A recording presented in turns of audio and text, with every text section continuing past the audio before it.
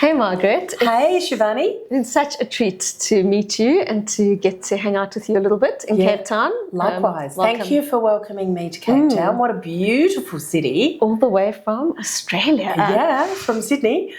And what's been incredible is, we come from these different parts of the world, but such common things that we are struggling with in our health systems. And part of why we've connected is because we care about the patient. Yeah. So tell us a little bit about your work and what you do and about your book that's coming out. About my book. So look, basically what I do in my work. So my background is nursing law, and I've done a PhD on the Australian sort of health system. But I've actually, more importantly, the fancy degrees sound impressive, but the most important skill that I have is that I've actually been processing medical bills for 40 years since Medicare began. And to be honest, that is more important than the PhD or any other degree that I've got, because I'm deep inside the system and I know exactly how it works. There's no corner of it that I don't know. And what I see is that over time, the system has begun to collapse, and to the detriment of patients. So my fellow Australians are really, really struggling at the moment. Like every barbecue, every kitchen table will have conversations going on around the cost of healthcare and how people can't afford it anymore, right? They're foregoing other things, or they're foregoing healthcare to keep the lights on, right? They can't go to a GP because they can't afford it. They have to make a decision between, do I go to the GP or do I pay the electricity bill? Or do I put food on the table for my kids? And it's very real.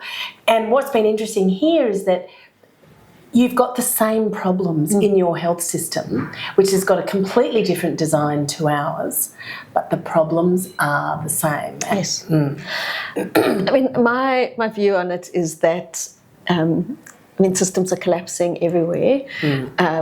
Ecological systems, democratic systems, economic systems, and healthcare is one of the places that it shows up. Yeah. And a lot of it has to do with these really unsustainable, non-reciprocal kind of relationships where some parts of society benefit, but ultimately at the expense of others. Yeah. And what I'm hearing you say is that it's really been at the expense of the patient. Absolutely, it's at the expense of the patient. And what you see is when a system starts to collapse, like a health system, for example, and I agree with you, other systems are collapsing around the world as well. But when doctors and other healthcare providers in a health system can't get what they want from the insurance bucket, they will take it from the patient's pocket instead. And that's global phenomenon. That's a fact, right? If you can't get the amount of money you want out of whatever insurance is available, well, that patients pay out-of-pocket costs. That's what happens. And that's reached a tipping point in Australia. It's really out of control now. And one of the things I've said in my book is, I bet you've heard of this concept called patient-centred care, but you're probably thinking, whatever that is, it doesn't apply to me. And my response in the book is, you're right, it doesn't. So what I've done in my book is I've tried to completely flip that, and I've drawn this lovely, I've got an illustrator, a very talented illustrator who drew this lovely picture for me, but I say to readers, this is the journey we're going on. I'm going to take you through these 12 steps, and there's you, right in the centre, exactly where you belong.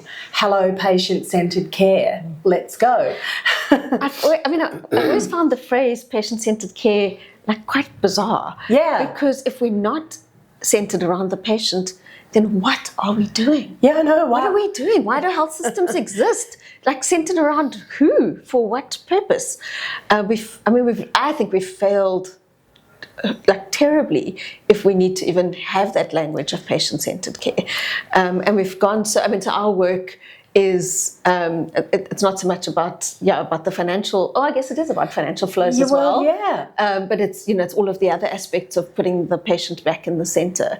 So really about listening to their preferences, to how they report on their health outcomes, their health experiences, how they tell us about kind of what their risk picture looks like. And even what we come up against when we talk about patient-reported outcomes is this kind of sense of like, yeah, but what does what do they know? What do they know about their healthcare, about their body, about whether this is good or not, which is bizarre. That I find that really interesting, what you've just touched on. I feel that we are trapped in a very old-fashioned paternalistic approach to patients.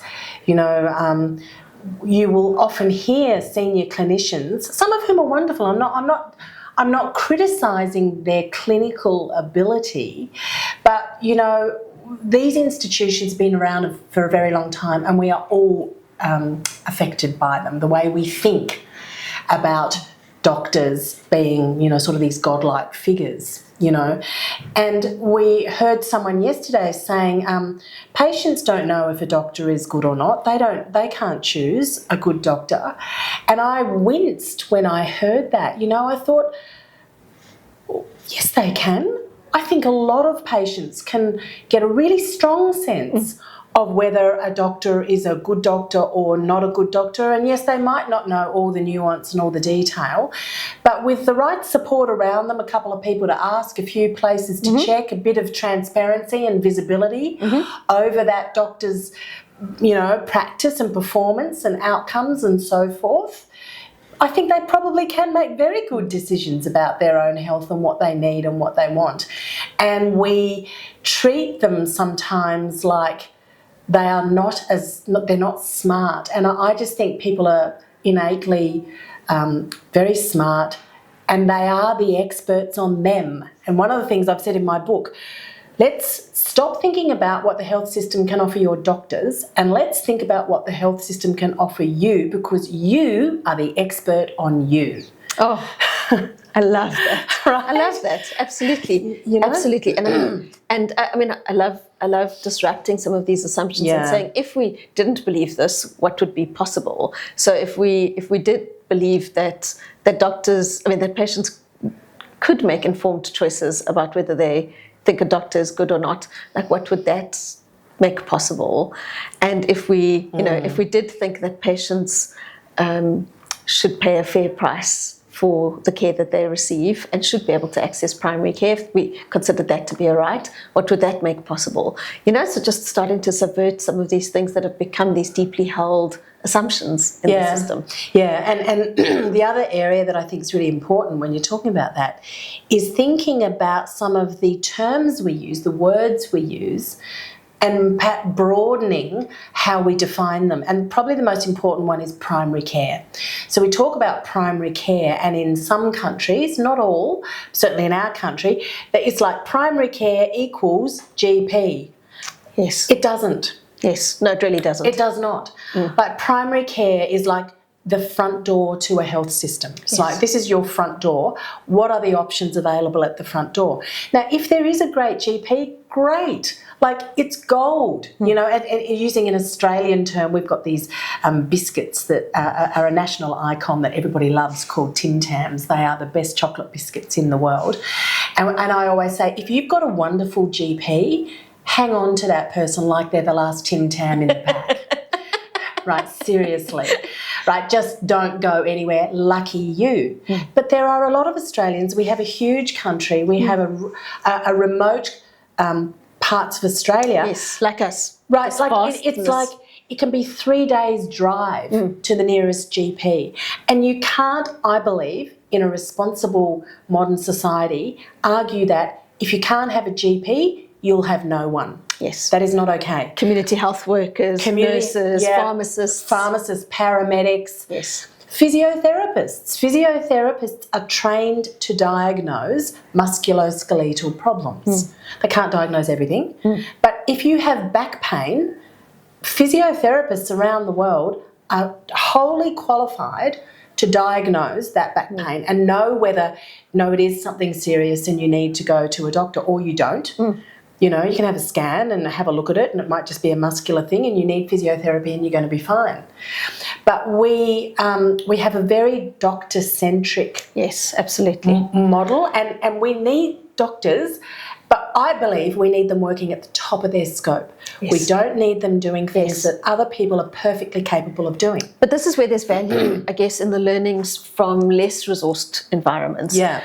Because, we haven't had the luxury of everybody gets a doctor.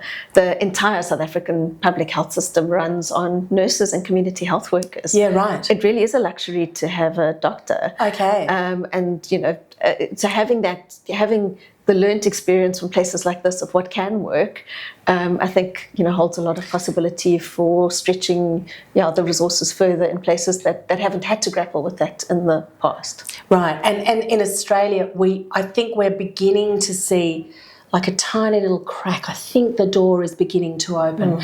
Because, for example, just last month, registered nurses in Australia were given the right to apply to become a registered prescriber. Right, so it's fantastic. Yes. And it's long overdue, because I'm working in some of the most remote parts of Australia where it's literally, you can't even drive. Like, you have to fly in to these places. I'm closer to Indonesia than I am to anywhere else.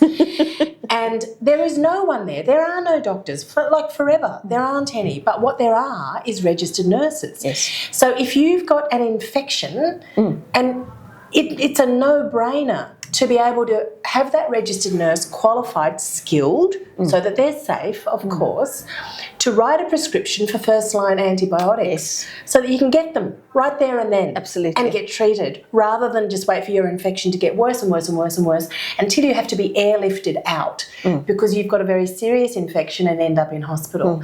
So things like that, I think, are just beginning to open up. And the other example I would give of something similar, I've done a lot of work over the years in India. I love India, it's my second home, and I've got lots of friends and a big team over there.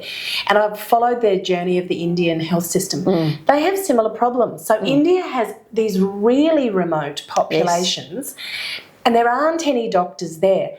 And I was speaking with a doctor in India once, and he was telling me about a big study that was done, because they thought, well, how do we get doctors to want to go out to these remote places? We've done that. We had the same question here. How do we incentivize people to move? And what they found was, no, it's not about money in the end. No amount of money is going to make doctors necessarily go and live in these little remote villages, because it's not about money in the end. You can give them all the money in the world. Sure. But if their partner doesn't have a job, school for the kids, social life, cinemas, all the trappings of modern life, no money in the world's going to make them go there. So what India did is built this system of ushers. They're called ushers, and I can't remember what the acronym is, but they're like community health workers. They're a local person in the community that provides basic healthcare advice, and one of their key objectives is to get as many women to a skilled birth attendant as possible. And that's basically it. It's a bit about diabetes and obesity and, just some of that sort of non-communicable disease stuff. Check your blood pressure. Yes. Take your meds, do that sort of stuff. And get women to a skilled birth attendant, so you've got the greatest chance of both the mother and the baby surviving. Yes. And I mean, it's just smart. To use your local resources and build capability where it's needed. Absolutely. So I'm excited, these bridges between, I think, different parts of the global south, and the lessons we can learn from less resourced environments, and the heart that we can bring for patients wherever we are. I love the work that you're doing. I love this Align project. I just found that presentation yesterday really, really inspiring. I think you portrayed it as being a more straightforward journey than I think it truly was, because I just think corralling the professionals you needed to corral to make your product work for palliative care, having been in this sector for many years, hats off to you, Shivani. I know that wasn't easy, so well done. I would not take the credit. We have a wonderful team of people who work with our 400 providers, and it's ongoing work. It's ongoing work of building relationships, building trust. Trust trust is at the centre. And if patients, you know, if I always say what we do in my company, we pass the money around the health system. With every click of the mouse, we're just passing money around, billing, coding. And we work in between patients, payers and providers. Yes, same as us. So we're right in the middle. And we're not on anyone's side. Yes. We just want the health system to function for the benefit of patients, who should be at the centre of everything, and everybody has to behave, and payers have to pay, providers have to, you know, bill for things they do, not for things they don't do, because what we say is that when the system's honest, everybody wins. And trust is number one. Absolutely.